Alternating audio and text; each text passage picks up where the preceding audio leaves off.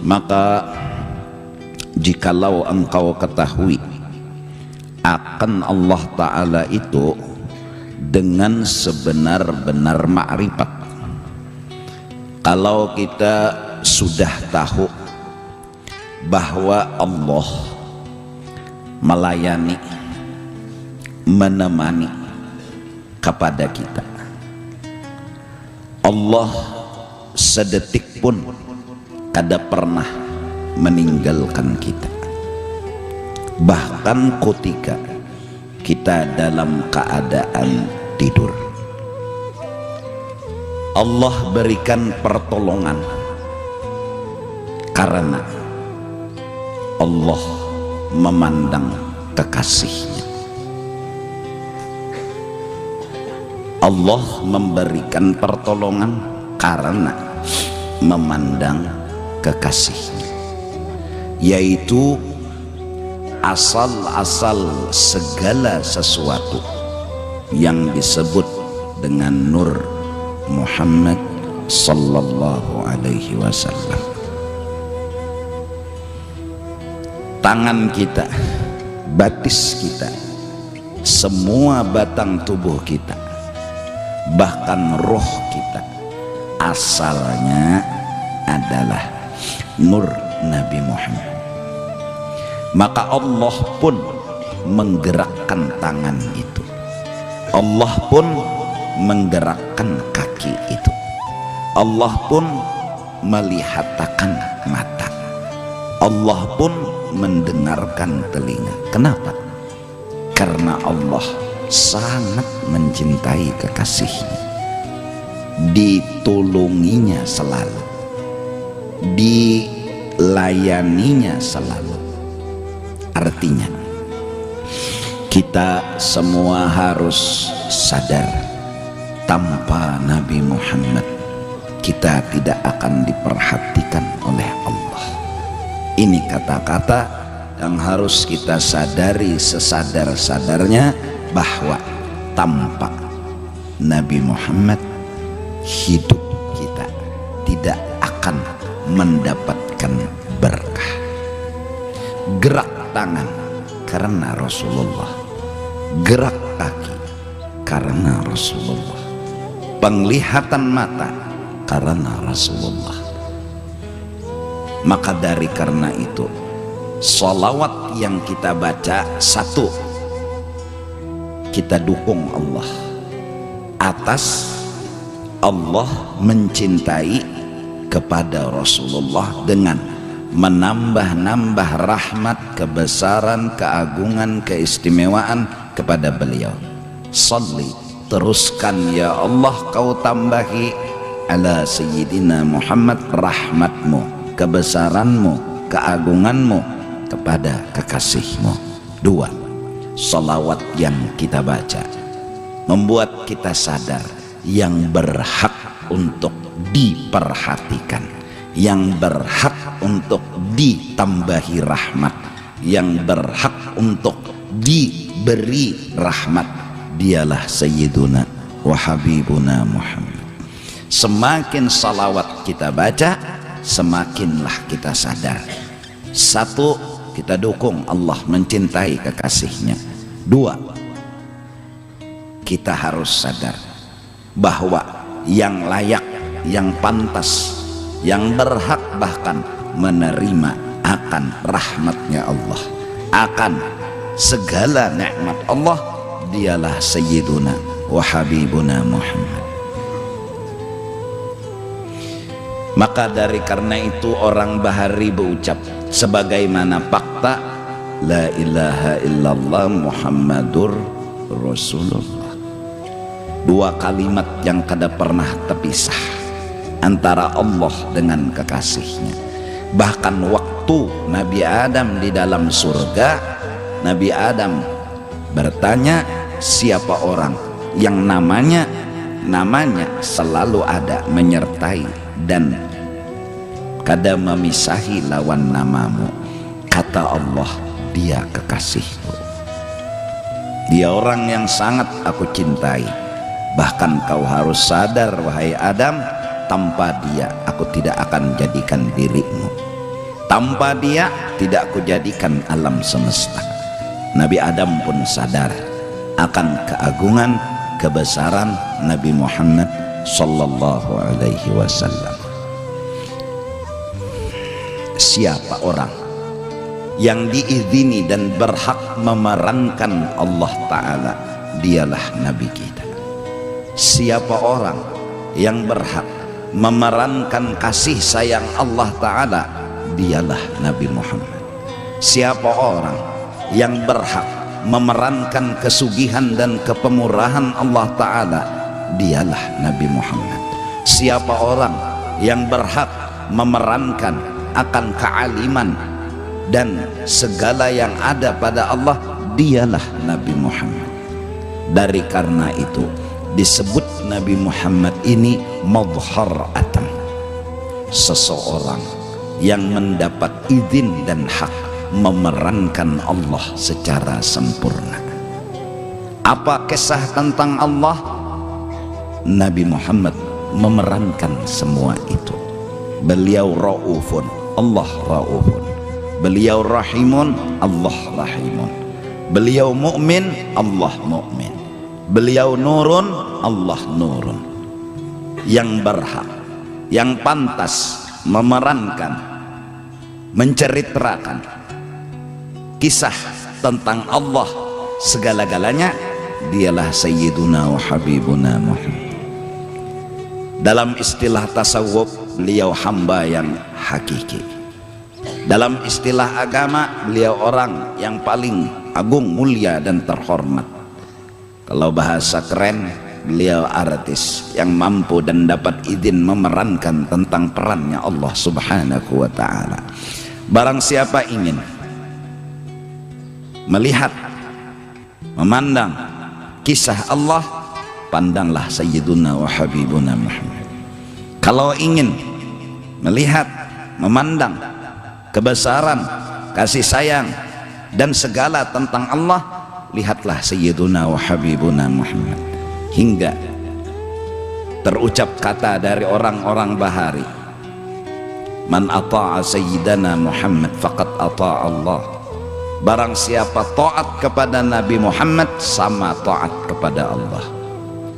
Wa man ahabba Sayyidana Muhammad faqad ahabba Allah. Barang siapa mencintai Nabi Muhammad, sama mencintai Allah. Wa man dzakara Sayyidana Muhammad faqad dzakara Allah.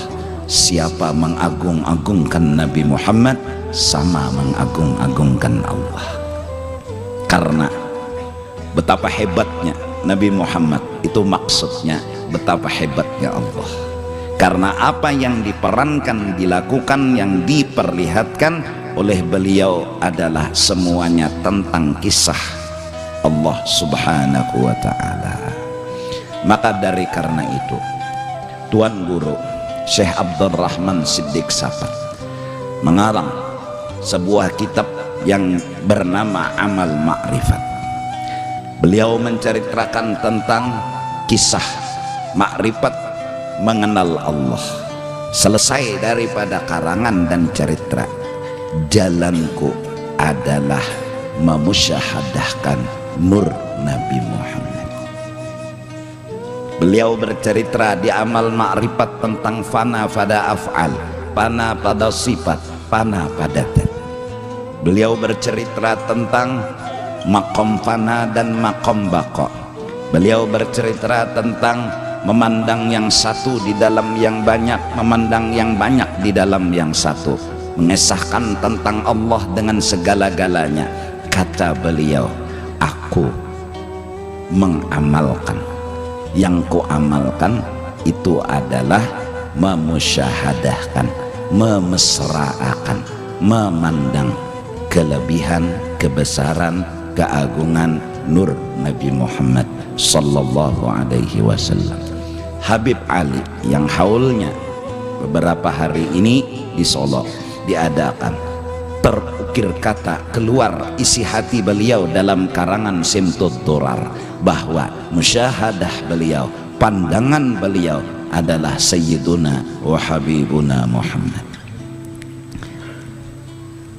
Mari kita mencoba agar supaya mengamalkan, mengingat-ingatkan kebesaran, keagungan, kemuliaan Sayyiduna wa Habibuna Muhammad. Hingga arti dari mesrakan nur Nabi Muhammad dalam batang tubuhmu dan dalam rohmu dan di dalam sekalian alam semesta, arti mesrakan jangan ada yang lain selain dari nur Nabi Muhammad. Mesrakanlah nur Nabi Muhammad dalam dirimu, dalam rohmu, dalam seluruh alam semesta, seperti mesranya air di batang kayu. Artinya jangan ada yang lain di dalam pandangan kita selain daripada nur Nabi Muhammad. Kenapa harus nur Nabi Muhammad? Karena beliau yang dapat izin memerankan tentang Allah, beliau yang dapat hak memerankan tentang Allah. Maka tontonlah Nabi Muhammad, kau akan bisa kenal Allah Ta'ala. Bukan Nabi Muhammad sebagai tujuan, Allah jualah sebagai tujuan. Bukan Nabi Muhammad itu akhir dari perjalanan, tetap Allah yang menjadi akhir dari perjalanan. Akan tetapi tanpa Nabi Muhammad kita tidak akan bisa sampai ke ujung perjalanan. Maka dari karena itu, la ilaha illallah Muhammadun Rasulullah. Pandanglah Nabi Muhammad dengan pandangan hatimu. Kau kenal akan Tuhanmu, besarnya Tuhanmu, agungnya Tuhanmu. Karena yang diulah Tuhan, yang dikasih Tuhan kepada Nabi Muhammad itu ampun Tuhan, itu milik Tuhan, itu kisah tentang Tuhan, itu yang bisa kita lihat, itu yang kita bisa tonton. Sedangkan Allah dat al-mukhalafatuhu ta'ala lil hawadis, dat yang tidak ada yang tahu kayak apa Allah kecuali Allah, yang tidak ada yang tahu kayak apa gerak Allah kecuali Allah. Dia rahasia yang gak bisa diungkap-ungkap. Maka rahasia itu kemudian dibuka, dibikin, diulah, dijadikan awal sesuatu, yaitu bahan baku alam semesta semuanya yang disebut dengan nur Nabi Muhammad sallallahu alaihi wasallam. Nah, inilah kenapa kita harus memandang, memesrakan nur Nabi Muhammad agar kita bisa mengenal Allah subhanahu wa ta'ala. Pemantang hanya satu, jangan pernah merasa diri ini punya sesuatu. Itu aja. Jangan pernah merasa-rasa diri ini ada sesuatu.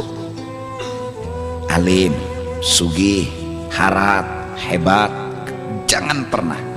Jangan pernah bergeretek minta dimuliakan, minta dihormati. Semua itu menandakan masih ada kukus-kukus diri, masih ada lagi ingoh-ingoh diri, masih ada lagi cerita diri. Harus kita memuji, menyanjung kepada orang, bukan kepada kita. Mengagungkan, membesarkan kepada orang, bukan kepada kita. Barang siapa memuji Rasulullah, orang yang paham akan dianggap memuji Allah Ta'ala. Karena memang Rasulullah itu punya kelebihan, semuanya milik Allah Subhanahu wa Ta'ala. Ini lalu timbul, kalau begitu rasa kita mira rasa Rasulullah ini bilang menyertai terus lawan kita. Rasulullah ini menemani terus lawan kita.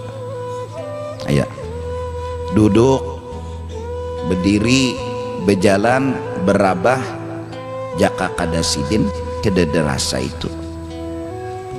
Kada kawa berjalan, kada kawa berduduk, ini rasa yang bicara. Rarasa ada, rarasa hadir, rarasa dekat, rarasa kada jauh.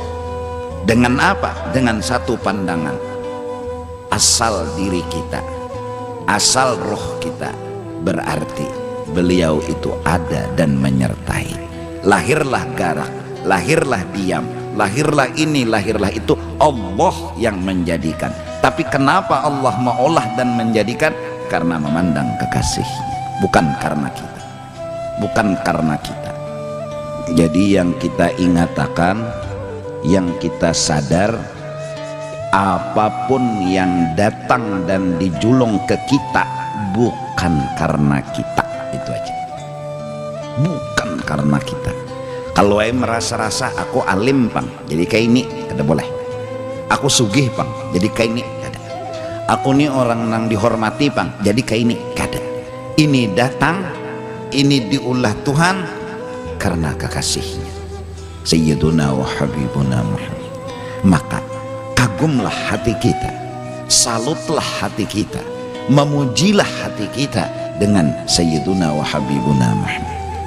Bukan mencari-cari pujian buat diri, bukan mengusahakan pujian buat diri, tapi langsung memuji-muji kepada Rasulullah, menyanjung-nyanjung kepada Rasulullah, bahkan salut, kagum, cinta kepada beliau karena pandangan, karena sadar bahwa tanpa beliau tidak ada apa-apanya. Berarti kalau kita berpikir dewasa, Allah selalu menyertaiku, Allah selalu menemaniku, yaitu Allah dengan kekasihnya selalu menemani aku, melayani aku, membahagiakan aku. Aku duduk, dilayaninya. Aku berjalan, dilayaninya. Aku berabah, dilayaninya.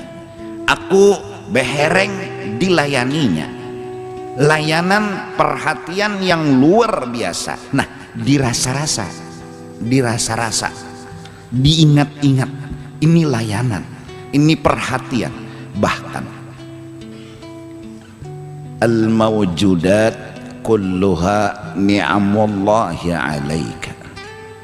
Semua alam semesta hakikatnya perhatian Allah buat dirimu. Semua alam semesta perhatian Allah buat dirimu.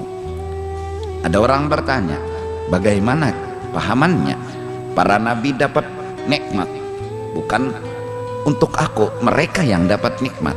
Para ulama dapat nikmat, bukan untuk aku. Kata sang guru, nabi adalah nikmat bagimu, tanpa mereka kau tidak tahu apa-apa. Ulama adalah nikmat bagimu, tanpa mereka kau tidak tahu agama.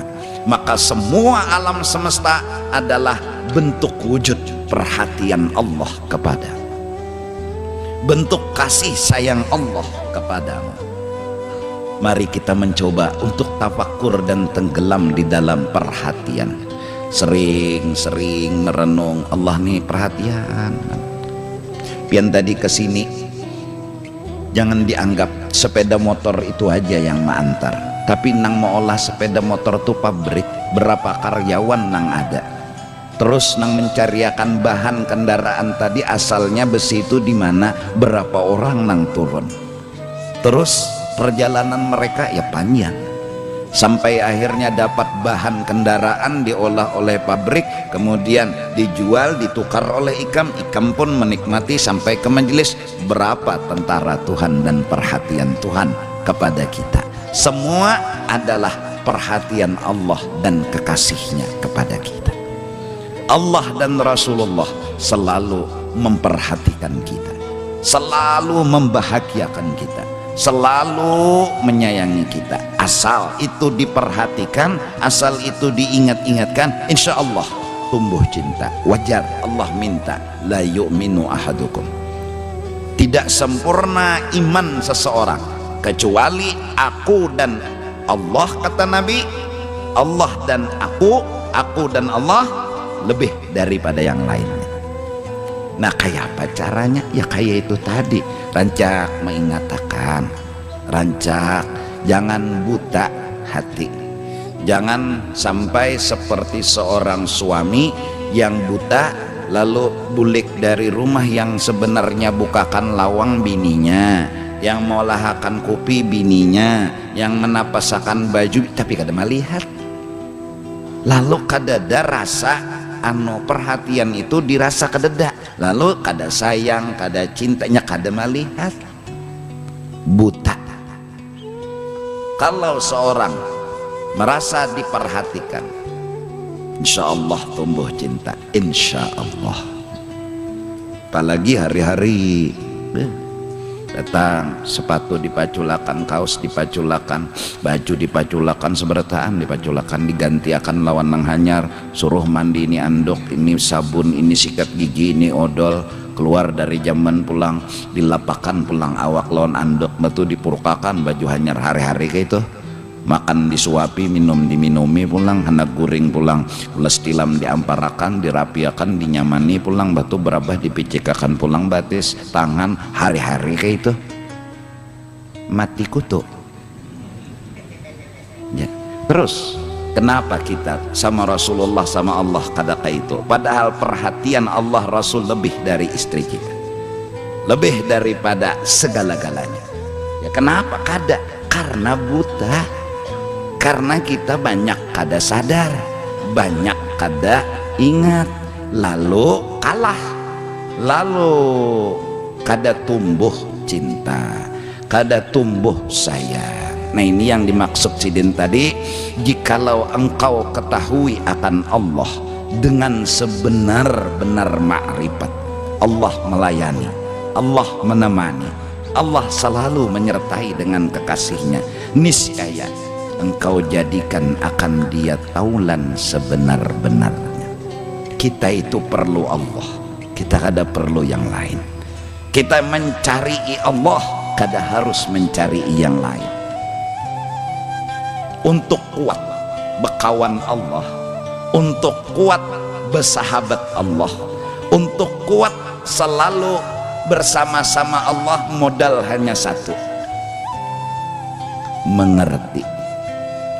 Jangan pernah menganggapi gawian Allah, hanya satu.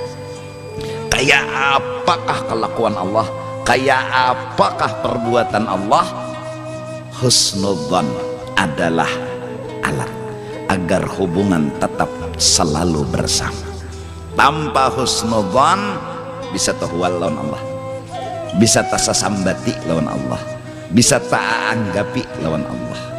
Napa Tuhan hujan pulang? Napa yo panas pulang? Nah garing pulang. Nah babila jua yuk garing nih sembuh. Ini. Lalu hubungan sama Allah itu ada retak. Muntung kita nih tasambati, tahapak, tasangiti. Sekarang kalau sudah hati kayak menyangit lawan Allah, kalau hati sudah kayak kada ketuju lawan Allah, suruh memuji Allah pengoler. Karena ada muar di sini, ada kada ketujuh. Subhanallah, subhanallah, la ilaha illallah. Kenapa? Memang kada ketujuh. Lawan Allahnya kada ketujuh. Di mana kada ketujuh? Itu tuh. Kalau Allah berbuat, kenapa digeronomi? Kalau Allah melakukan sesuatu, kenapa digeronomi? Jadi duduk di sajadah tuh kada betah. Karena memangnya kada ketujuh memuji Allah. Tapi kalau orang kada dahwal sama Allah, kada sama sekali selalu mengerti, kayak ini Tuhan Pak pasti baik, kayak ini Tuhan pasti. Zikir itu adalah makanannya, zikir itu adalah alat inya menambah kemesraan lawan Tuhannya, inya mengerti. Nah mari kita coba belajar mengerti, memahami lawan Allah. Giring Allah, jangan mengarasi ampun seorang, giring Allahnya, giring aja. Berdagang payo, alhamdulillah, giringi Allah. Cukup Tuhanai, labihan lagi dicukup-cukupakan, itu menggiring Allah. Bajualan sore boleh ke desing payuan, bagus saja Tuhanai, pasti ada hikmatnya, ada baiknya. Lalu tetap hubungan lawan Allah bagus. Lalu sembahyang Allahu Akbar. Ini orang yang merasakan ledatnya takbir, ini orang yang merasakan ledatnya zikir. Nampak di hatinya kada dahwal. mendasar sangit loh orang tuh nalah lalu memuji kadanya nyaman-nyaman pang hati muar jadi memuji ini terpaksa benar kada lezat kada nyaman kada puas tapi mendasar katuju wah jangankan memuji kita senyum nih aja punya arti apalagi memuji kita engkau adalah kekasihku kau adalah orang yang kusayang ini indah semua lezat semua kau segalanya bagiku, kau adalah napasku, kau adalah lezat semua. Kenapa? Ya memang cinta, ya memang ketujuh, tapi mun muar kau adalah kekasihku, kau adalah napasku di hati makam cilaka kada nyaman hati ini jadi kada mengenal manisnya iman, kada menikmati manisnya iman mun masih ada hual masih ada nang kada syukur, kada sabar, la yadzuku, kada akan pernah merasakan sebenarnya iman itu bingka nang manis, cumanya garing lalu pahit terasa. Nah jadi mbah mengerti modal supaya kuat lawan Tuhan nih nah ya apa dijalani aja lawan Tuhan tuh terpisah indah kayak apa aja pasti sidin itu menggawi ada baiknya. Sidin punya alasan walaupun ndak ada perlu tahu alasan sidin itu apa, tapi unda membaca, memandang, menilai pasti baik. Maka karena itu husnudzon termasuk ilmu yang kita kejar, tapi ikas husnudzon itu sudah sampai juga walau kada yakin baiknya tuh di mana, bagusnya tuh di mana, tapi berpikiran pasti bagus, ada aja bagusnya sama lawan yakin, sama lawan alim. Nah mudahanlah terutama kita Kalimantan Selatan nena, mari sama-sama belajar mengerti lawan Allah. Kita tuh kadang-kadang bingung jawaban kenapa Tuhan kayak ini, tapi jawabannya sebutingnya bahwa Tuhan berbuat, kita kada perlu tahu alasannya, pasti bagus lawan Tuhan. Lawan pulang sidin kada mengabulakan pasti ada juga bagusnya, sidin lambat mengabulakan pasti ada bagusnya, pokok bagus terus. Nah mudahan awak kita diberi taufik hidayah. Nah lalu lawan Tuhan itu lalu model perlu terus, ndak perlu Tuhan, ndak ada hendak tuhual lawan Tuhan. Jadi pemantang sebuting ngerti jangan sampai hilang. Nah bila sudah kada hendak tuhual, kada hendak bermasalah lawan Tuhan, assalamatan sudah tidak ada hendak tuh bang. Bahasa Banjarnya nyalani bahasa Banjarnya, biar aja diambil Tuhan seberitaan dunia asal jangan tuh lawan Tuhan, dan kada pernah menanya kenapa Tuhan pengen mengambil, kada kenapa jadi kada wani betakon indah tuh bang menggiring. Ini seandainya Tuhan jumput semenyaan nang di dalam hidupnya, iya itunya beranai kada betakon lau walim wa kaifa, kenapa ada apa kayak apa kayak ini, maka ulun ampunnya kenapa pian ambil jaka biar pang dulu salah satu tumat kenapa indah tuhuan. Inya lebih menjaga hubungan sama Allah daripada hubungan sama dengan apa yang inya ketujui. Siapa nak kada ketuju makan, siapa nak kada ketuju minum, siapa nak kada ketuju sehat, siapa nak kada ketuju ini ketuju ya, tapi manakala memilih inya indah biar aja sudah nang ini melacungan, asal jangan tuhual lawan Allah Ta'ala, asal jangan tuhual lawan Allah Ta'ala biar aja kada bapak. Nah itulah pertanda cintanya kepada Allah lebih dari cintanya kepada yang lain dari Allah. Tapi mun sebaliknya bang, nang kata-kata keluaran cek Tuhan pian kada adil, Tuhan di mana keadilan pian, dia hakon memilih bahwa lawan Tuhan daripada terpisah dengan yang inya cintai. Harta misalnya diambil Tuhan, kebakaran kah, gempa bumi kah, ia nang bocap Tuhan di mana keadilan pian, Tuhan memainya karena kekasihnya hilang, karena yang ia cintai hilang apa? Kesugihan. Dia tidak rela berpisah dengan kekasihnya walaupun harus berhual lawan Allah, berarti cintanya kepada Allah tipis. Hakon berhual lawan Tuhan asal terdapat lawan sugih. Nah Allah nang dihual tadi membolehkanlah lawan kesugihan kada jua. Jadi hartanya hilang, kekasihnya terpisah, Allahnya terhual. Nah ini khasira khusranan mubina. Ini orang rugi bebujuran dunyan wa ukhra. Dunianya rugi terpisah lawan kekasihnya yaitu sugih, akhirat rugi Tuhan behual lawan inya behual lawan Tuhan. Kada ada kerugian yang paling besar selain kerugian